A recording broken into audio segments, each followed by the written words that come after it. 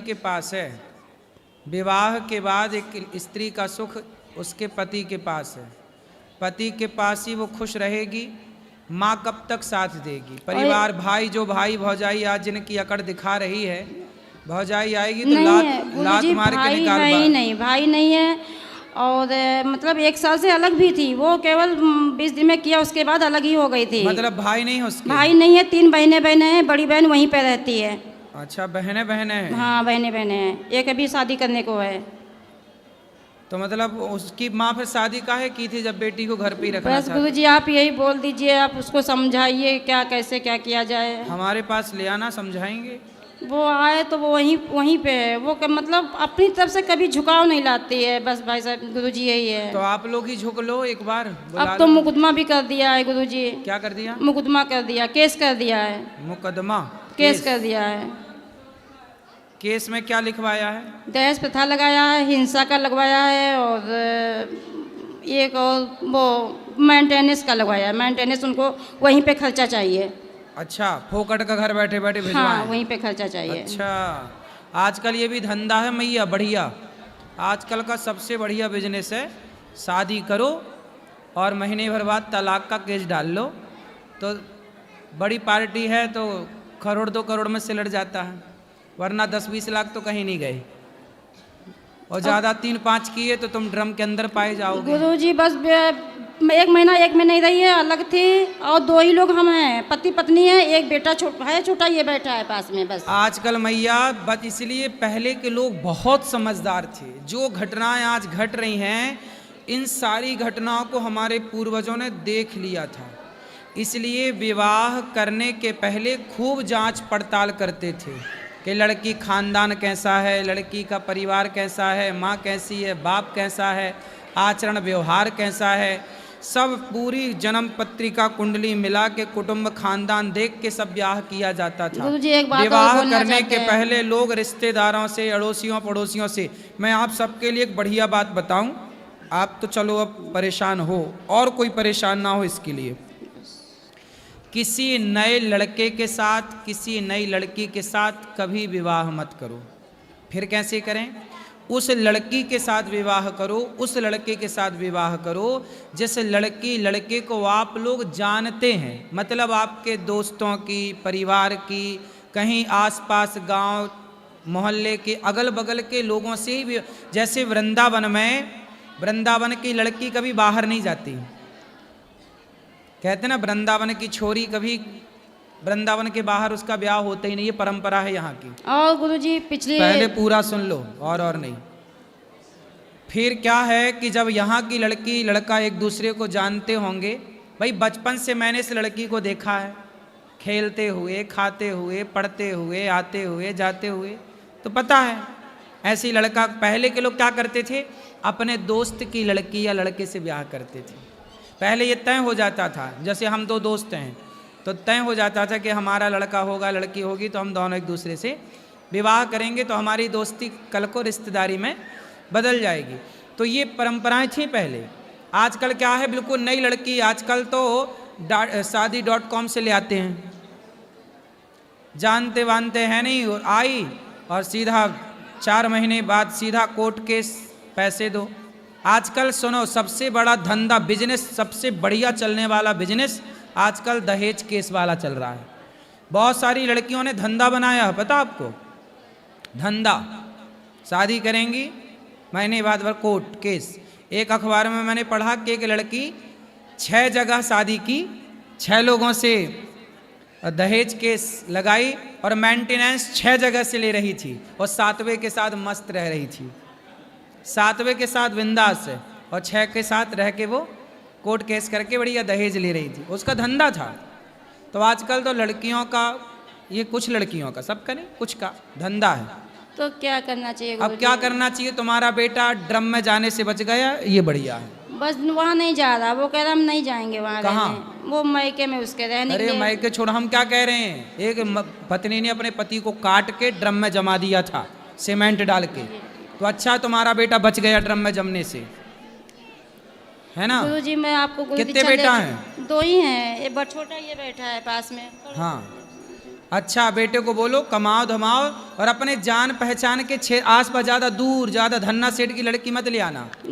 गुरुजी ये भी बोल दिया था कि इसकी शादी करके दिखाना हमको, तो इसकी गोद भराई तो हो चुकी है। तो हाँ, ये भी इसकी बोल शादी दिया। वो क्या बोल रही है कि कि शादी नहीं इसकी हो? करके दिखाना हमको, देखें कैसे करोगी तुम। क्यों पता क्यों नहीं नहीं क्यों? बोले तेरी बहन से कर रहे हैं क्या? तेरे को पीड़ा हो रही है?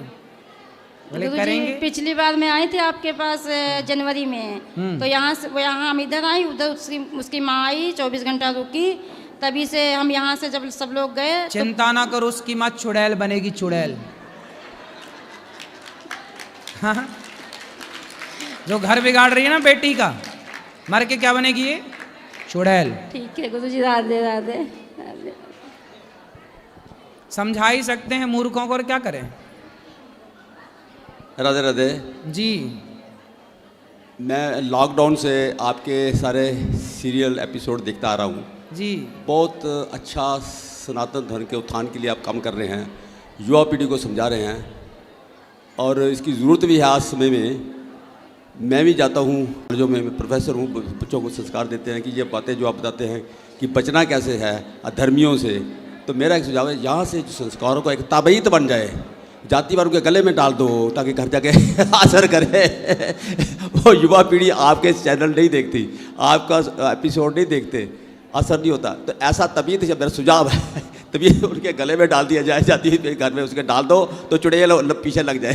तो धन्यवाद। खुश रहिए, खुश। धन्यवाद। सब बैठ जाओ। हाँ, राधे राधे सर। सर मेरा सवाल है कि जो गंडक नदी का शालिग्राम होते हैं, क्या उन्हीं को पूज्य है या यहाँ का कोई अच्छा जैसे मिल जाए तो उनको भी पूज्य है या नहीं है, पूजा करनी चाहिए? गंडकी नदी से ही शालिग्राम निकलते हैं, चक्री नदी बोलते हैं। जी जी। वहाँ से निकले हुए शिला को ही शालिग्राम बोलते हैं, और संसार की कोई शिला को शालिग्राम नहीं बोलते। असली शालिग्राम की पहचान होती है कि उसमें सोना यदि घिसो तो धारी बनती जाती है और पूरा सोना शालिग्राम भगवान के अंदर समा जाता है। और जब चाहो एक प्रोसेस होता है, उसे निकाल भी सकते हैं। पुराने ज़माने में शालिग्राम भगवान को एक कसौटी कहते थे। शालिग्राम, असली शालिग्राम की पहचान है कि सोना आप घिसेंगे ना, तो शालिग्राम जितने वजन के होंगे, मतलब 100 ग्राम के शालिग्राम है तो 100 किलो सोना, 100 ग्राम सोना उनके भीतर जा सकता है। असली शालिग्राम भगवान सोना खाते हैं, और जब चाहो आप वापस भी निकाल सकते हैं। पहले के राजा महाराजा अपना खजाना शालिग्राम शिला में छिपाया करते थे। और एक बात और है, शालिग्राम से सोना निकलता भी है। अच्छा, हाँ हाँ, बहुत अच्छी बात है। तो शालिग्राम भगवान सोना लेते हैं और सोना देते हैं, इसलिए वो भगवान है। हाँ जी। बाकी दूसरी बात ये है सर, मेरी पत्नी आपके एपिसोड देखती रहती है घर में, और मुझे भी खींच के ले आई है कि चलो आपने भी चलना है। इंटरेस्ट तो मैं भी रखता हूँ बहुत सारा, लेकिन अभी इनकी वजह से मैं भी यहाँ तक पहुँच गया हूँ। आपके कौन है आपकी? पत्नी है। पत्नी, बहुत बढ़िया, बहुत बढ़िया पत्नी है। भैया अच्छा किया आपने पति को ले आई।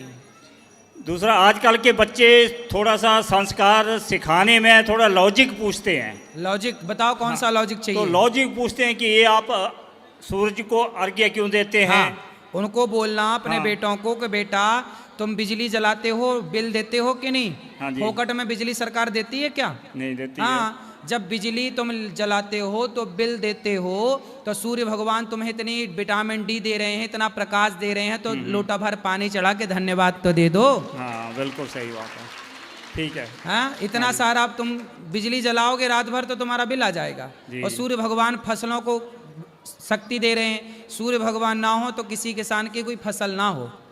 क्या बिना सूर्य की रोशनी के कोई फसल हो सकती है? क्या बिना सूर्य की रोशनी की? और सुनो, और लॉजिक ले लो, बच्चों के काम आएगा। अरे टोपी वाले भैया को दो। और कोई लॉजिक तो नहीं चाहिए? हाँ, बस लॉजिक और तो पूछते ही हैं बहुत सारे, लेकिन इसमें उनको तो कहीं कहीं तो हाँ, तो ये वाला मिल गया आपको, दूसरा पूछो। कहीं सेटिस्फेक्शन तो हो जाती है उनको। हाँ, लेकिन कहीं कहीं नहीं होती है, तो फिर तब थोड़ा सा तो मेरे पास ले आया करो। ये आज के बच्चे मेरे ही से समझते हाँ, हैं। उनको ज्यादा पढ़ा लिखाने के भी थोड़ा सा ये है ना कि पढ़ लिख के ज्यादा गए हैं तो ज्यादा पढ़ लिख गए, बातें भी ज्यादा करते हैं, बदतमीज हो गए हैं। हाँ जी। वैसे आज्ञाकारी हैं, सब बढ़िया है, कोई दिक्कत नहीं है। बदतमीजी करते तो काय क्या आज्ञाकारी है? नहीं नहीं, बदतमीजी उतनी नहीं करते जितनी मतलब हाँ ये है। मतलब आप सह लेते हो इतना ठीक है। हाँ उतना चलेगा। अच्छा है, अच्छा क्या करे बाप भाई, बदतमीजी करेंगे थोड़ा बहुत सहना ही पड़ेगा। अब श्रवण कुमार जैसा बेटा तो ढूंढे ना मिले। गुरुजी राधे राधे। सही है। राधे राधे गुरुजी। आजकल थोड़ी बहुत बदतमीजी बच्चे करें तो देखो झेलना भी पड़ता है, क्या करोगे, कहाँ जाए अब। चलो सही है गुरुजी राधे राधे। जी।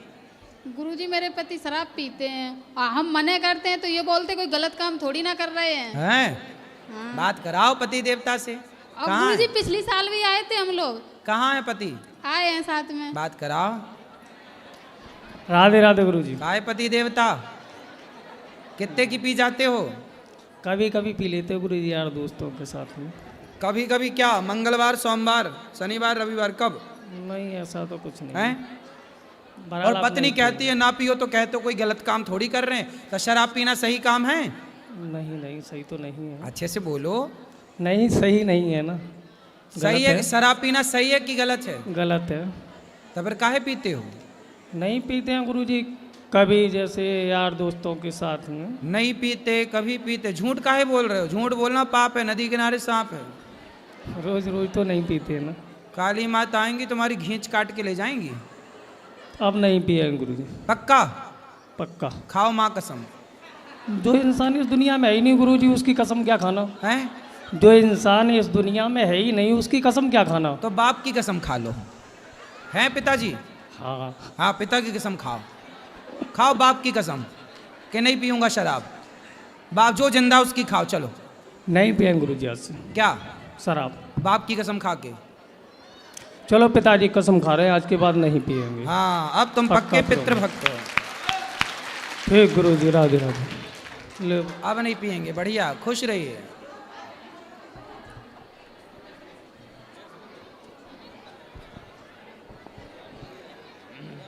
राधे राधे गुरुजी। जी। गुरुजी मुझे आपके जैसा महान मनुष्य बनना है, मुझे क्या क्या करना चाहिए?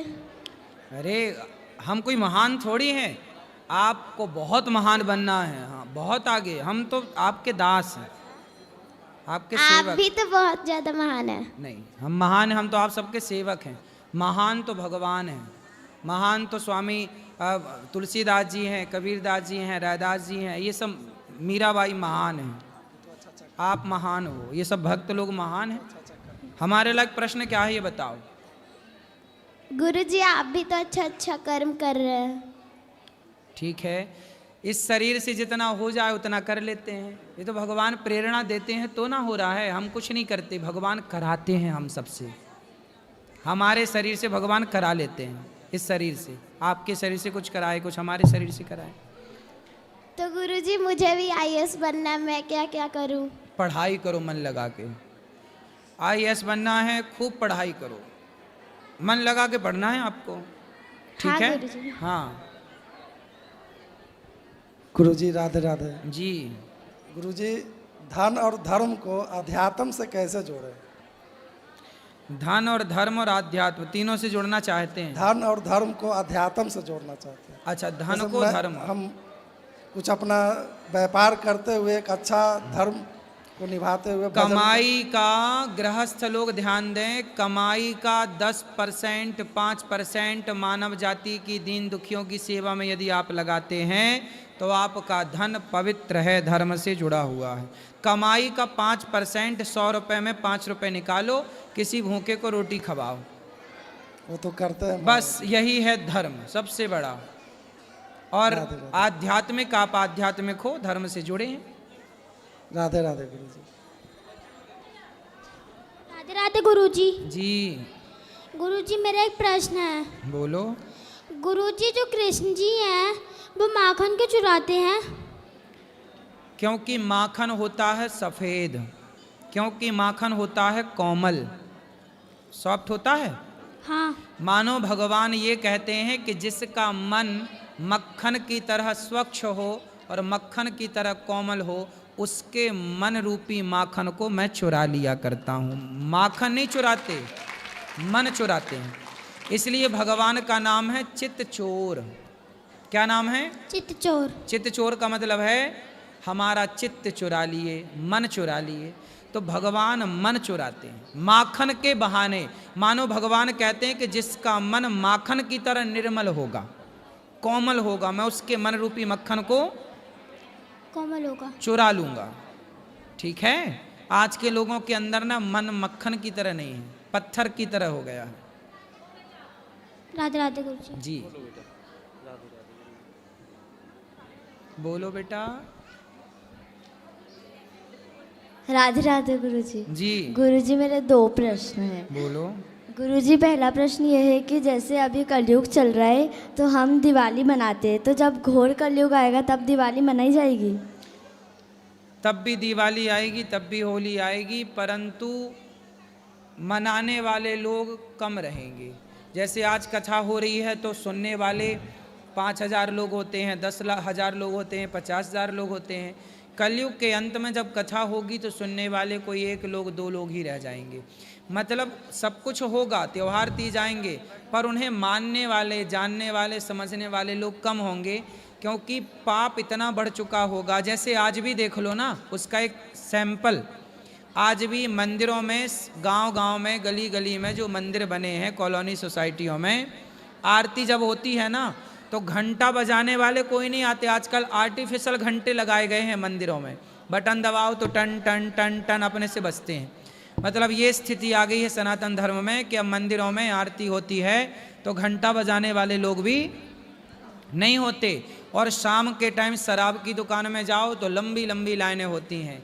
तो ये कलयुग का, ये तो अभी दिखने लग गया कि मंदिर सूना सूना रहेगा, भरी रहेंगी मधुशाला, पिता के संग भरी सभा में नाचेगी घर की बाला, एक ऐसा कन्यादान पिता ही कन्या का धन खाएगा, रामचंद्र कह गए सिया से ऐसा कलयुग। और गुरुजी दूसरा प्रश्न ये है कि हमारे यहाँ है ना एक बिल्ली आती थी, जब वो छोटी थी तब से, तो हमने उसको एक बार दूध दिया था तो उस दिन से हमारे घर पे आने लग गई। तो जब वो अच्छी थी तो सब लोग उसको खिलाते थे और अच्छे से वो हमारे घर में भी खेलती थी, पर फिर वो 5-6 दिन से नहीं आ रही थी और फिर थोड़े दिन बाद आई तो उसके एक पंजा कट गया था और एक पाँव भी पूरा खा गया था कोई कुत्ता। तो अब फिर हम उसको दूध देते ना, तो जो हम लोग ऐसे जॉइंट फैमिली में रहते तो सब लोग उसको भगाते, बस हमें उसको दूध देते और फिर हम उसको दूध पिलाते तो सब बोलते कि तुम लोग इसको पाल रहे हो, बिल्ली को नहीं पालना चाहिए। पर वो हमने पाल के नहीं रखी है, बस वो बाहर आती है तो हम दूध देते हैं और उसको दूध नहीं दो ना तो वो बैठी रहती है, जाती नहीं है कहीं। तो इस स्थिति में क्या करें? हम गृहस्थों के घर से ही कुत्ता, बिल्ली, इन सबको रोटी दूध निकलना चाहिए। आपने बिल्ली को दूध दिया, देते रहना, ये बहुत पुण्य का काम। हमने किसी को बंधन, आपने पाला नहीं है, आप तो दूध देती हैं, तो आपने किसी बिल्ली को दूध पिलाया, किसी भूखे को आपने जीव की रक्षा की, ये बहुत बड़ा पुण्य है। घर वालों को बोलना कि ये काम बंद ना करें। पहले सबके घरों में बिल्ली आया करती थी, अब बिल्लियों का आना बंद हो गया। मुझे आप लोग ये बताओ कि आप लोगों ने घर बड़े बड़े लग्जरी बना लिए, ना तो आपके घर में अब कुत्ता को रोटी मिल रही है, ना तो गाय को रोटी मिल रही है, ना तो बिल्ली का ठिकाना है। तो मतलब आप लोग प्रकृति के जितने भगवान के बनाए जीव जंतु थे, आपने तो सबका पेट काट दिया ना, मीन सबका हक छीन लिया, सबकी रोटी खुद खा जाते हैं। कुत्ते की आखिरी की रोटी भी खुद खाएंगे, गाय की पहली रोटी भी खुद खाएंगे। ये गृहस्थों का बड़ा पाप है, इसी पाप से लोग परेशान हैं। आज बड़े बड़े महल अटारी तो बने हैं, पर उस महलों में रहने वाले लोग परेशान हैं, चिंतित हैं, टेंशन में हैं, डिप्रेशन में, क्योंकि वो भूल गए अपनी प्राचीन परंपराओं को कि पहली रोटी गाय को, आखिरी रोटी कुत्ते को निकलनी चाहिए। आपके घर में बिल्ली का आना शुभ है, बिल्ली बहुत अच्छी होती है। बिल्ली को अमेरिका, लंदन जैसे देशों में पाला जाता है। पालने का मैं नहीं बोल रहा हूँ, लेकिन बिल्ली को दूध पिलाओ, रोटी दो, कहाँ जाएगी वो? ये सारे लोग हम गृहस्थों के घर में ही रहते आए हैं। बिल्ली बच्चा कहाँ देती है? आप लोगों के किसी के घर में ही चुपके से कहीं बच्चा दे देती है, कहाँ जाए ये बताओ? बाहर निकलती है बिल्ली तो कुत्ता खा जाते हैं। भाई बिल्ली तो हमेशा ऊपर रहती है ना। पूरी प्रकृति को ना आप लोगों ने आज की विकास के नाम पर पूरी प्रकृति को समाप्त कर दिया। पहले लोग आंगन होता था घर में तो फुदक फुदक के चिड़िया आया करती थी, गौरैया नाम की छोटी सी चिड़िया फुदकती रहती थी। अब वो चिड़िया देखने को नहीं मिलती। हम लोग पहले प्रकृति के बड़े करीब थे, अब प्रकृति से बड़े दूर चले गए हैं। क्या बताएं बेटा, ये आप कहे तो ठीक रही हो। हमारे यहाँ एक बिल्ली, हमारे यहाँ भी बिल्ली रहती हैं बहुत सारी, यहीं घूमती रहती है हमारे यहाँ, गोल्डन बिल्ली है। कोई भी आए वो बिल्ली पास में आ जाती है। हम लोग कभी परेशान नहीं करते बिल्लियों को, आओ खाओ, उसको दूध और देते हैं पीने को। इसलिए जीव मात्र की सेवा यही है। आप पालो, बंधन ना डालो किसी के गले में, लेकिन कोई आए तो उसे दूध दे दो सब। गुरुजी, और उसके पाँव कटे और वो फिर घर में घुस के सोफे पे बैठ जाती, तो ये अशुभ तो नहीं है? नहीं, अशुभ नहीं बेटा, ठीक। उसको तो उसको ये लग रहा है कि आपके घर में ही उसको सहारा मिल रहा है, इसलिए आप करते रहो। घर वालों को बोलना कि अच्छा काम है, बुरा नहीं है काम। चोरी करना बुरा काम है, छल करना चोरी करना कोई नहीं रोक रहा है। जीव जंतुओं की सेवा लोग रोक रहे हैं। जी गुरुजी, राधे राधे।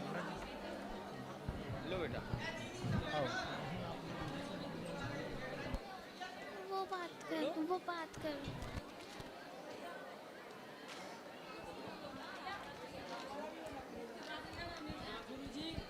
भैया एक बच्चा है छोटा सा, जिन किसी भी सज्जन का हो यहाँ मंच में है, ले जाएं। छोटा सा बच्चा है, रो रहा है, नीले कलर का नेकड़ पहना हुआ है, वो जीन्स का पैंट, आकर के ले जाएं। हैं, बोलो बेटा। राधे राधे गुरुजी। जी, मेरा प्रश्न है कि हमें नॉन वेज खाना चाहिए। मेरे नानू नानी कहते हैं नहीं खाना चाहिए, और डॉक्टर कहते हैं खाना चाहिए क्योंकि उसमें प्रोटीन होता है। तो हमें खाना चाहिए या नहीं खाना चाहिए? तो आपके घर वाले खाते हैं? नहीं खाते तो अच्छा है, नहीं खाना चाहिए बेटा। ये और बता और डॉक्टर कहते हैं खाना चाहिए, उससे प्रोटीन मिलता है। अच्छा, तो डॉक्टरों की इतनी अक्ल नहीं है कि ये बताए कि दूध में प्रोटीन होता है, सोयाबीन में प्रोटीन होता है, दालों में प्रोटीन होता है। जब बेटा हमें दूसरी चीज़ से प्रोटीन मिल सकता है। ये बताओ, अपने स्वाद के लिए हम किसी की गर्दन काट दें, किसी को मार डालें, ये अच्छा है? नहीं। प्रोटीन हमें ना और जगह से प्रोटीन के स्रोत हैं, जैसे सोयाबीन समझती हो? हाँ जी। सोयाबीन में बहुत प्रोटीन होता है, भरपूर होता है। दालों में प्रोटीन होता है, दूध में प्रोटीन होता है बेटा। तो हम दूध पिएं, हम घी खाएं, हम फल खाएं, हम सब्जियां खाएं। हम मछली की गर्दन क्यों काटें, हम बकरे की गर्दन क्यों काटें? हम अपने स्वाद के लिए जीव हत्या क्यों करें? वो जो डॉक्टर साहब आपको बता रहे हैं ना, वो डॉक्टर साहब ऐसे डॉक्टरों के भेष में, जैसे रावण सीता माँ को चुराने साधु बनकर आया था, ऐसे धर्म परिवर्तन करने वाले, धर्म को भ्रष्ट करने वाले ये कुछ डॉक्टर रूप बदल के डॉक्टर बन के बैठे हैं, जो सनातनियों को गलत सलाह दे के धर्म भ्रष्ट करना चाहते हैं। ठीक है, राधे राधे गुरुजी। अब बताओ, छोटे छोटे बच्चों को कह रहे हैं कि मांस खाना सही बता रहे हैं, तो बच्चों पे क्या असर पड़ेगा? राधे राधे गुरुजी। जी गुरुजी, मेरे दो प्रश्न हैं। पहला प्रश्न ये है कि जैसे आजकल बड़ी बड़ी बिल्डिंगें बनती हैं, 16 तल्ला 18 तल्ला, तो उसी में ऊपर में एक छोटा सा पूजा रूम बनाए हुए हैं, तो उसमें शिवलिंग रखे हुए हैं। बहुत एक दो गुरुजी ने बोले कि शिवलिंग नहीं रखा जाता है उस तरह से, तो उसमें आपका राय लेना था। तो अब घर में रखें तो ठीक है, क्या दिक्कत है? जहाँ आप रहेंगे कोई दिक्कत नहीं है, उससे कोई दिक्कत नहीं है। और गुरुजी, दूसरा सवाल है कि जैसे पैसा आता है लेकिन ठहरता एकदम नहीं है, उसका के लिए क्या उपाय है? तो कौन से दरवाजे से निकल जाता है? हाँ, कौन से गेट से निकल जाता है? वो आगे पीछे दोनों तरफ से निकल जाता है। तो गेट में लॉक मार दो ना, जिस गेट से निकलता है। शराब पीते हो? बहुत कम पीते हैं हम। कम पीते हो? हाँ। मतलब शराब के रास्ते निकल जाता है। मांस खाते हो? मांस कभी कभी।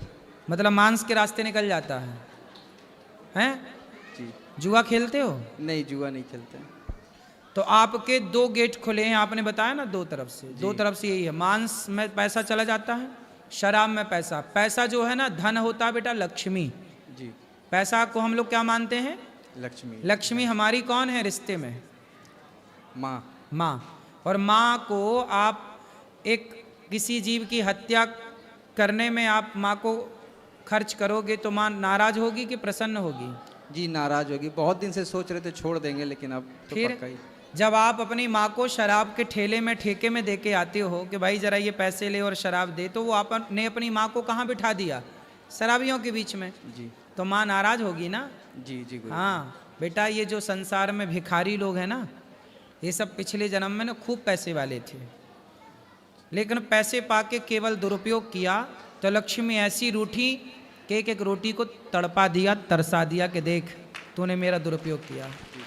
इसलिए जो पैसे का आज मज़ा आता है ना, मांस खाने में, शराब पीने में, ओ अय्यासी करने में, इन सब का परिणाम लक्ष्मी जी चखाएंगी। इसलिए लक्ष्मी माँ है, माँ को इतना दुरुपयोग ना करो कि कल एक एक पैसे के लिए मोहताज हो जाओ। आज भी इस देश में ऐसे लोग हैं जो दो दो रोटी के लिए मोहताज हैं। क्यों है? कभी इनके पास धन था लेकिन इन्होंने धन का किसी को भोजन नहीं कराया, किसी की सेवा नहीं की, केवल ऐशो आराम में। तो लक्ष्मी जी बोली रुक जा बच्चू, कहाँ जाएगा बच के? ईश्वर से बचा कौन? इसलिए बेटा पैसे का दुरुपयोग करना बंद